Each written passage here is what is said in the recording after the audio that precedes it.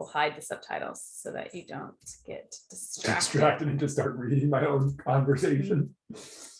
Are you going to participate and be in the screen this time? You see, this is what I have to contend with. I don't have to. I choose to contend with.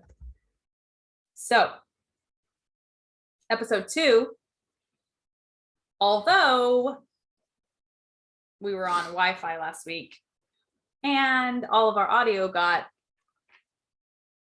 was perfect, but our video, not so much. So, and if you see the little, trying to figure out what colors we want to paint, the one we're painting is in our bedroom. But, well, Let's leave the 4 that we're not painting.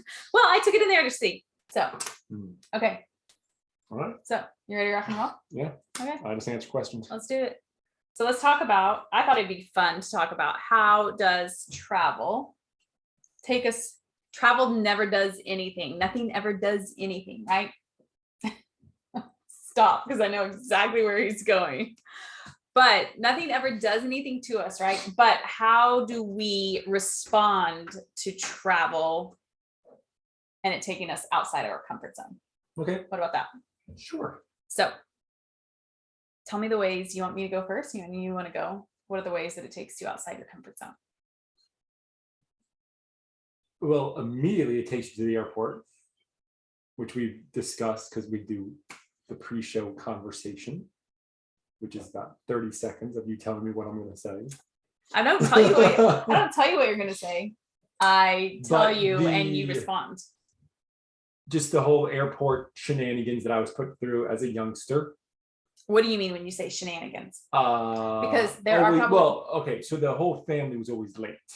your entire immediate Everything. family. Yes. Mom, dad, brother. Everything. No brothers. Late to church, late to soccer game. Sisters only. Late to the airport, late to whatever we were going to was late. Okay. So when you're late to the airport, they don't really wait for you because the plane's gone. So instead of being Except in the 70s when they did for your mom. Well, it's because she was flying with half the plane with the 4 kids. Okay, so you're always late to the airport. Yeah. And then what would did just you end feel up rushing through the airport? when you were a kid? Did you notice? Were you aware of like what that was for you? No, I mean, I don't think so. I just always knew we were Always would running get to through the I airport. was running through the airport, and you looked like those people Okay. who were running through the airport. So as an adult, do you have? I always like to be to the airport stupid early. And then you would just sit there and you could have a snack. You would just sit there and wait. And it never really bothered me because you were traveling that day anyway. So whether you sit at the house or whether you sit at the airport, what's the difference? So. You have thoughts around people that run through the airport? Yeah, because it was us. Like and there's one thing you're running because you never know exactly why they're running because they could have had a, crummy connecting flight where they only gave you 30 minutes and it's a 45-minute walk from one side of the airport to the other side. Yeah. But for us, it was because the flight left at 10 and we got there at 10:10. So you're making a mad dash to the gate to see. So, yeah. So has that changed at all? Because this is what a lot of people think. A lot of people think, well, if I just change the actual events, if I just change the circumstances, if I get there early, and that sometimes does help. Or if you just got there on time. Okay. I mean, you're not going to change the circumstances and still be late. No, I'm saying like sometimes we think, oh, if I am super early or if I do certain things, then I won't. Now my coughing's going to come up. If I do certain things, then I'll feel better. Like get to the airport on time. I know. Right. So, well, you let's say you overcompensate. Excuse me. You overcompensate. So instead of being the recommended 90 minutes or 60, 90 minutes, whatever, I have no idea what it is because I don't plan things. Whenever you're just the recommended time frame early, you're like, okay, if they say 60 minutes, I'm going to be there 2 hours early. So our flight leaves at 10 a.m. I'm going to be at the airport at 8 a.m. and not at the airport, but at the gate at 8 a.m. Like, okay, I'm here way, way, way too early, but then you can't be late because you have to accommodate for all the because I never, random why? things that Because I never- never want to be like how I felt, because really what we are either going to or running from is a feeling. This is where Jason and I are like, I don't want to say like completely not opposites, but like he may or may not be aware that the reason why you do things that you do is because you want to either go for a feeling or you want to avoid a feeling. That's like what we're always moving towards or away from, is for feelings, right? You don't want to feel anxious. You don't want to feel, what other words? Worried. I don't know what else might come up for you. That's why you want to get to the airport early, right? Versus, which is totally fine, and we don't need to change our spouses. And Jason gets to, so that's one of the things that I've just decided, like he gets to get to the airport and we all get to get to the airport whenever he feels comfortable. But I've also adjusted it to, it doesn't have to be extreme anymore. reasonable now. Yeah, it doesn't have to be extreme anymore. Yeah. But we're still at least, 45 minutes to an hour. Yeah, because I'm like TSA pre-check and I'm like, we'll be there like 20 minutes before we board or at the time of boarding or something like that. So, but the point that I was getting at is, for me, realizing, okay, why am I feeling anxious? I'm feeling anxious because this is what comes up, these memories for me. And then looking at it from that perspective of like, okay, yes, getting to the airport early obviously is helpful, but also anxiety or labeling that or feeling anxious is a choice, even though a lot of times we don't think that it is. Well, you also do I know you do it with Grace, and I hear it and I understand it. You're like, okay, so what's the worst that's going to happen? Yeah. So you have to catch a later flight, which we've all, everybody's probably gotten bumped off of a flight, or a flight was canceled, or through no doing of your own because of a layover or whatever, the connecting thing, that you end up missing a flight and you just catch the next one. Right. So, but I think when you're not understanding those, when you're not understanding what happens if you are late, then you're like, oh no, we're late, we're going to miss our flight. Okay. But you bring the logic into with Grace and you're like, okay, so what happens if we do miss our flight? Well, we'll just catch the next one. Okay.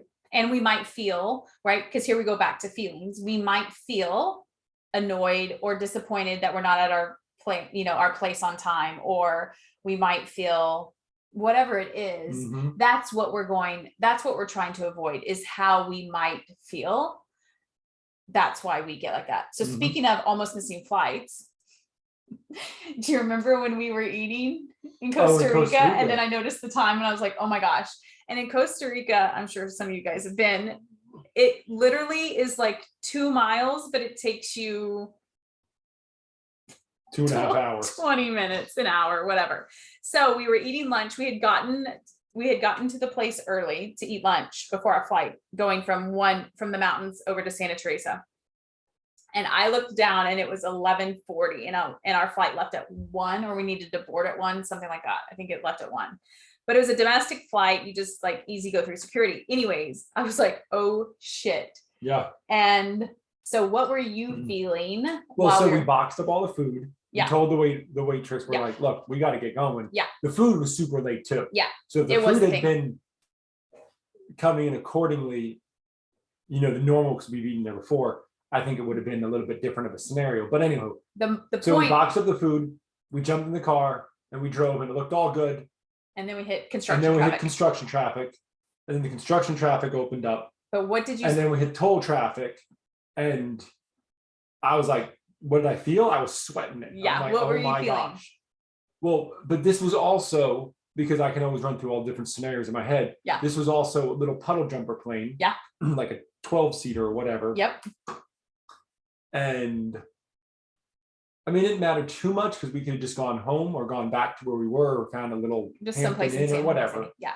But yeah, I was Hampton sweating it. Inn. Yeah, there was a Hampton Inn there by the okay, airport. I'm like, Yeah. Why are we doing Hampton Inn? But Yeah. okay. Yeah. So were you trying to remain calm for Grayson? No, Okay. I don't know if I wasn't in any state, or at least I don't think I wasn't in any state like, oh man, but it's like, oh man, we're gonna miss our flight. Yeah. And it's the one thing, it's like, I think that's where you change it as an adult, or at least change into my aspect. Like, you're like, oh man, I'm gonna miss my flight, as opposed to, oh shit, I'm gonna miss my flight. What are we gonna do? It's like, we're gonna miss our flight. Yeah. It's okay. Yeah. There's another one Mm-hmm. sometime. Next day. Because I had already looked. day. I had already looked while we were driving, because we had Brian, who was a friend of one of the Airbnb hosts, and so he was driving us around while we were in the mountains for those 2 weeks. And so while he was driving, I was looking up flights, and because they're little ones, you can't get same day flights, which, you know, airlines typically will just bump you next flight, but that wasn't Next an flight option. was next day. Yeah, next flight was next day. So I had already I had felt that disappointment, like, oh man, we're not going to get to Santa Teresa like we thought we were going to. And then coming to being okay with, listen, if we do, here's what's going to happen. I'm going to feel disappointed. Grayson's going to freak out a little bit. We're going to go through that whole Dad's thing. gonna freak out. Dad's going to freak out. Oh, and then Dad, as in we call Jason Dad, because that's what he is to Grayson, right? And so then, and then finding a place and all that. So flying takes you outside your comfort zone, because you don't have to feel anxious, but you get to feel it. But also too, going back to the anxiousness is just a resistance of what we really want to feel, which I think for a lot of people, it feels out of control, right? It's a resistance. Feels out of control. No, anxiousness happens because the feelings that we're feeling feel out of control. Okay. Right? I could agree to that. We're not used to feeling, I don't know, fear, or I'm trying to think, help me with some other emotions. And so then we're resisting that, and that's what's causing that anxiety. The anxiousness, at least on my side of it, is because the plan has gone completely off the tracks. Yeah. And there's nothing in your control to get it back on track. Right. You're okay. So you've missed the flight. Yeah. Okay, that's cool. We'll just catch another one. You know, let's call it Southwest flight to Arizona or whatever you're doing. It's like, oh, there's another 1 to 3 hours. You know, talk to people. Oh, we can't get you on that one. Okay, we'll get the United flight. Whatever happens to be. But in this scenario, it was like, okay, now we're in a completely foreign country. We're in the. It's like LA. San Jose is like LA. We're in the busy, horn honking, you know, construction. Yeah, it takes you, 1 mile an hour in a car. You could walk faster places. Yeah. So, that was like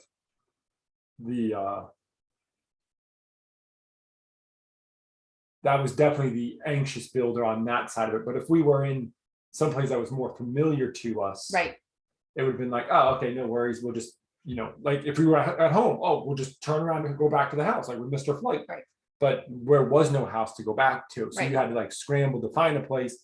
And it's not like, where there's La Quintas and Hampton Inns and whatever it is, lined up on the streets, like in Dallas or something like that. It's like, I think there was one, there were lots, but non-sketchy hotel to stay in. So not true.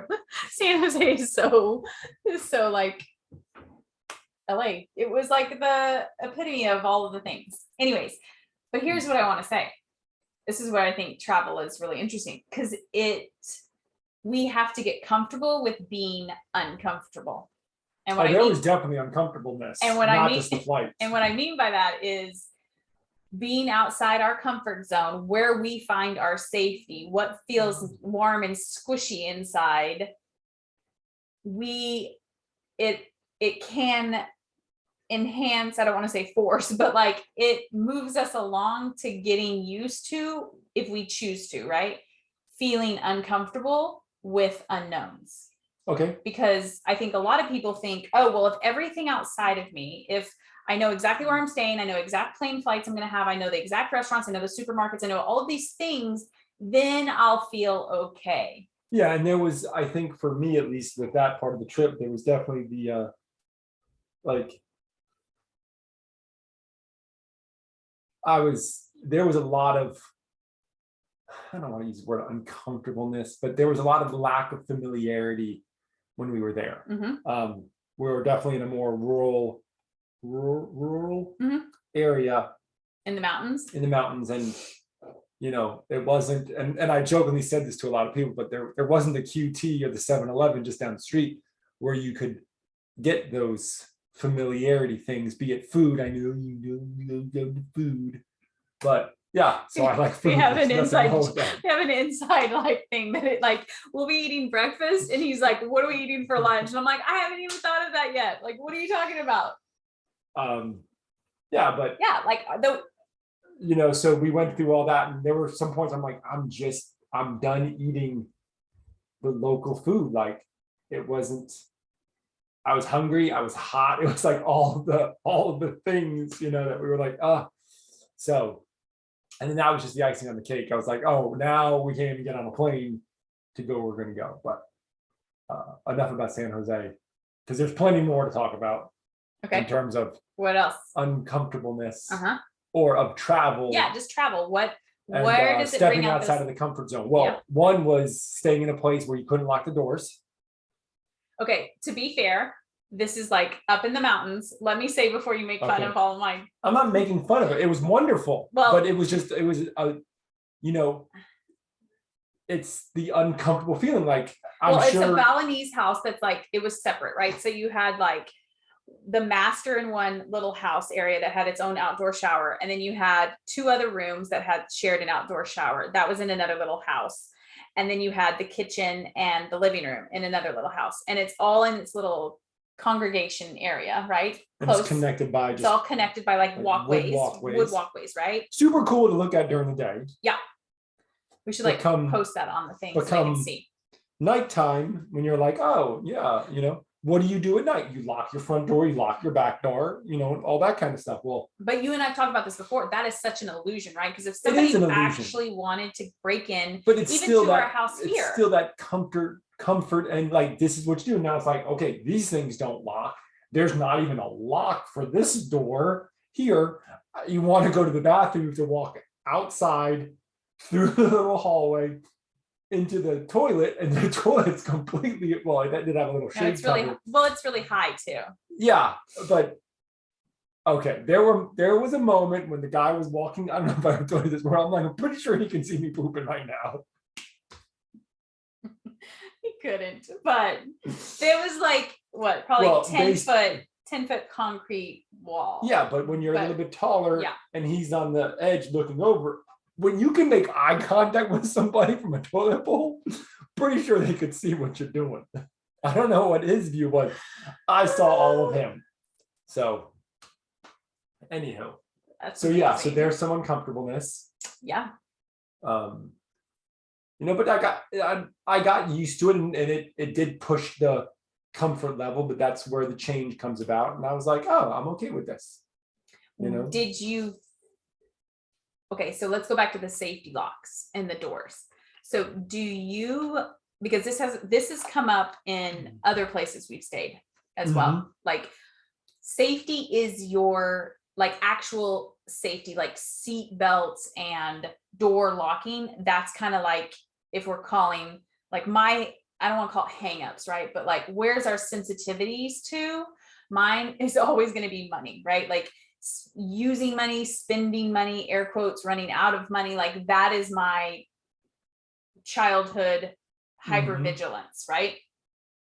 You, I think, and correct me if I'm wrong, yours is safety, like actual seat belts, properly, installed car seats, doors locked, those kinds of things. Because from what you've told me and the way that I see the way that your parents are, that isn't a high priority for them.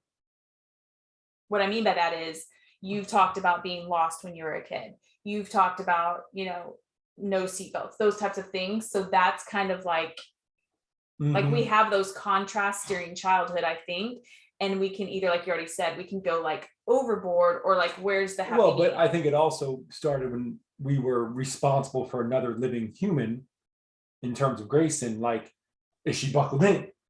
Like, Yeah. all those kinds of things. Like, so then you start checking, and then that's a whole nother show. I was like, that's a whole nother show. That's a whole nother year of conversation. But then you start checking on things. You're like, is she buckled? Is Grayson buckled? Is she in the car? Did we forget her in the car? Because you just have so much more responsibility in terms of, like, when we're in the car, I don't make sure you're wearing your seatbelt. You're an adult, you have to put your seatbelt on, but we still check, even after 10 years, we still check. Hey, Grace, when you buckled in, you turn around, you look. So yeah, but just I think in just general, you know with locking the doors, what I mean, like, we didn't lock the doors during the day, but we locked them at night for the house. I don't know why. Because we didn't lock the cars up at night. We just left them in the driveway. Mm-hmm. But still, it's just let's call it a ritual, a nighttime ritual you get into. And then when you physically can't, because there is no lock on the door, or the doors don't line up, You're talking about specifically when the one place we Yeah. stayed. Yeah. Mm-hmm. So So what were you feeling? Like, are you cognizant or aware of that? Like, when I say, like, what were you feeling? Like, in your body, what did that feel like to not be able to lock the door?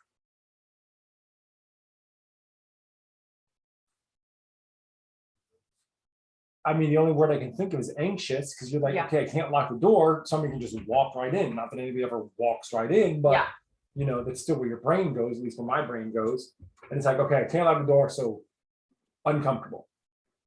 Yeah. And then you two were sleeping in a different room. Yeah. In a different building. So I was sleeping on the one building. No, you just slept right across the hall. Yeah, but it was still a separate, it wasn't like we were all inside a house, because you got to remember the format. It wasn't inside a house. No, you were just literally right over, like 2 steps, and then you Yeah, but open they the door. weren't connect. I know, but it was still like the outside hallway. It was the same as walking. It wasn't the other villa. Like, let's Correct. It wasn't paint the the far correct villa. yeah, it wasn't the farther villa. It was just, you're still underneath the villa. It's just a different room. Okay. And there was a hallway. Right.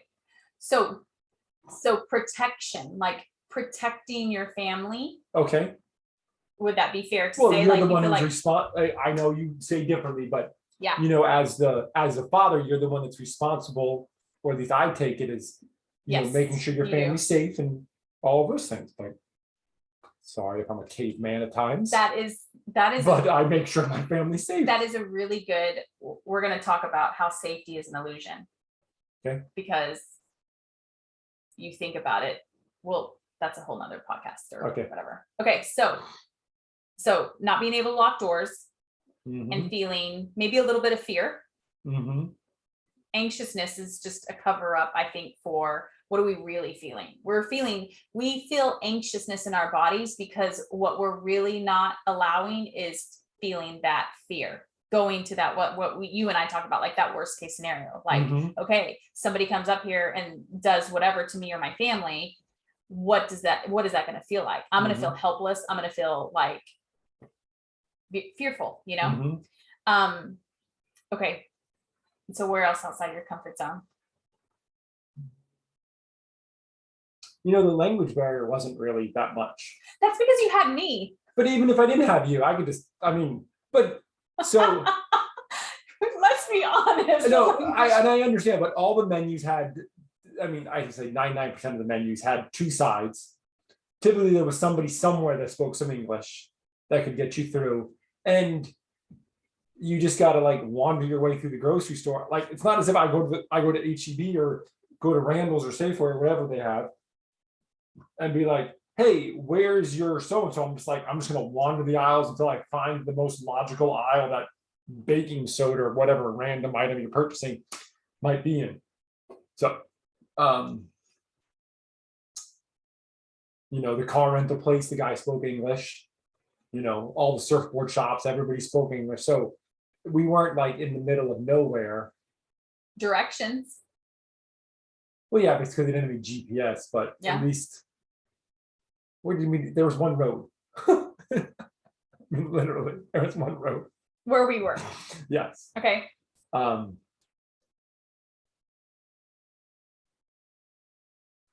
Yeah, I don't know if I know when we were in Turrialba, that was like a little miniature city up there in the mountains, and that was a little bit different because when you did get into town, you were definitely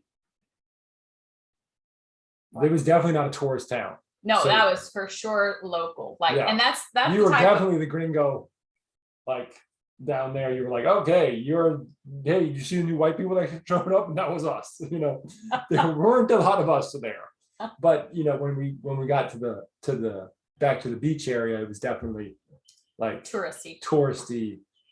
Yeah. So Okay. Tell us why driving at night for you, or well, I being don't on like the road. driving at night. Okay, first but off. you didn't like me driving either at 'Cause night. we had no idea we were going. Yep. We were literally driving through a jungle, Mom. I'm called Mom, obviously, because Grayson calls Yeah. me Mom, so we just call each other Mom and Dad. Okay, keep We're going. literally driving through a jungle. Yeah. We were in a jungle. There's roads. It's just Are there streetlights? there are no streetlights. Are we driving any sort of modern vehicle with proper functioning headlights? Yes. Those it was headlights. a Toyota. Yeah, it was. Not the way you like all the headlights, but for sure. Yeah. It was like a RAV4 or something like that. What was it? Rush. It was A Rush, Toyota a Rush. Toyota Rush. So it's like a Toyota It was an emerging RAV4. markets vehicle. To call it what it is. Okay. An emerging markets vehicle. It was windy. Okay. There were randoms all over the place on their dirt bikes with no headlights at all. There are a lot of people that drive in Costa Rica without any lights on their motorcycles. This is correct. Thank you. Using GPS, we still passed our location. Yeah. Super sketchy GPS. Yeah. Super sketchy GPS. Yeah. How many gas stations did we pass? A lot. Not a lot. On the toll road, and I mean, like as we got. So like, we got on the one for the toll road Yeah. that we only got lost how many times? 2 or 3. 2 or 3. That's okay. Twice at the same intersection. Hey, we're learning. Okay, but here's what I want to interrupt. But you how with. much more difficult would that have been if it had been nighttime? We're going to a location we don't know. It's not like make a left at so-and-so streets. There's Right. no street signs. Here's what I want to know. You're literally the third banana tree past the monkey, Stop it. make a left-hand turn where the horses are eating at the fence. Like, but is that joking? Those were our landmarks. Okay, I want to ask a question now. Okay. 2 people, same scenario, different feelings. What were you feeling? And I'll tell you what I was feeling. You were feeling adventurous. I was feeling, I hope we don't get a flat tire in this random car we picked up. Even in the modern day, whatchamacallit, it'd be the same way. At nighttime? There's I'm being total, but there's a little lizard guy outside the window and he's showing his little throat. You pocket. might have been over on the one in the garage. Okay, back to. Hey, I like to look out the window. It's pretty cool nature. I don't think I was being adventurous. What were you being? Honestly, what was I feeling? Jason's gonna be so upset. Because I know that's a big Oh, thing. you were feeling that I was going to be upset. I was thinking Gotcha. that you were gonna be upset, and I was feeling like embarrassed isn't the word. Like I felt fine driving and all that. I just felt like regulating you and Grayson. Does that make sense? And this is where I've said before too, I kind of default to what your mood is. So if you start to panic, then you know it's gone really, really bad. But in a way, I was like, I knew, like, I felt fine driving. Obviously, I was outside my element, but I also know that, like, no matter what happens, I will figure it out and we will be okay. Like I always know that that's the case, right? But I also know that you and Grayson are highly sensitive to things not in your comfort zone. Mm-hmm. And so I was feeling like, I don't know if I was picking up on your guys' energy or reflection it back or whatever, but it was just like, I know that that's not your most favorite thing to do. And like, what's the word I want to use? Like, I thought you were going to say something to me afterwards. No, because we already had discussed like, okay, I want to take a little bit earlier of a flight because I don't want to be driving at night. Which I did do. So we did for the most part. Yep. It did take a little while at the rental car place. And it also gets dark at 5 o'clock. But here's the deal. We did everything within our control to try to get there within time. It was also, whatever, it was a 60-mile trek that takes it takes a long time 2 because hours. you're not going down 4-lane highways. So I think we navigated San Jose in the daytime. That would have been tough to navigate in the dark. Admit that. Thank you. It was tough to navigate in broad daylight with a navigator. Much harder to navigate in the dark. So there was the driving. What else? That's really it. Supermarkets. You like to know where your food is coming from. The location to purchase the food. Right. So not just necessarily know where my food's coming from. That's something different. Yeah. But we found enough supermarkets. Yep. It took us a couple of days, but we found the produce guys. Yep. And, found the food stands. Yeah. Yeah. I think how we used to travel and how we travel now, vast. Well, that was also a evolvement. Vastly different. I mean, traveling to the resorts in Hawaii or traveling to the resorts in Florida or, No, but what I mean is a lot different than traveling into the heart of Costa Rica to. I've been up in my ante with him. I like to start really easy with him, and then I just take off like the plane does. Let's stay at a 14 pool resort in Maui. Hey, let's go to Costa Rica. And albeit, I mean, we did stay on a coffee plantation. Pretty darn cool. Yeah. There were monkeys outside the windows. Yeah.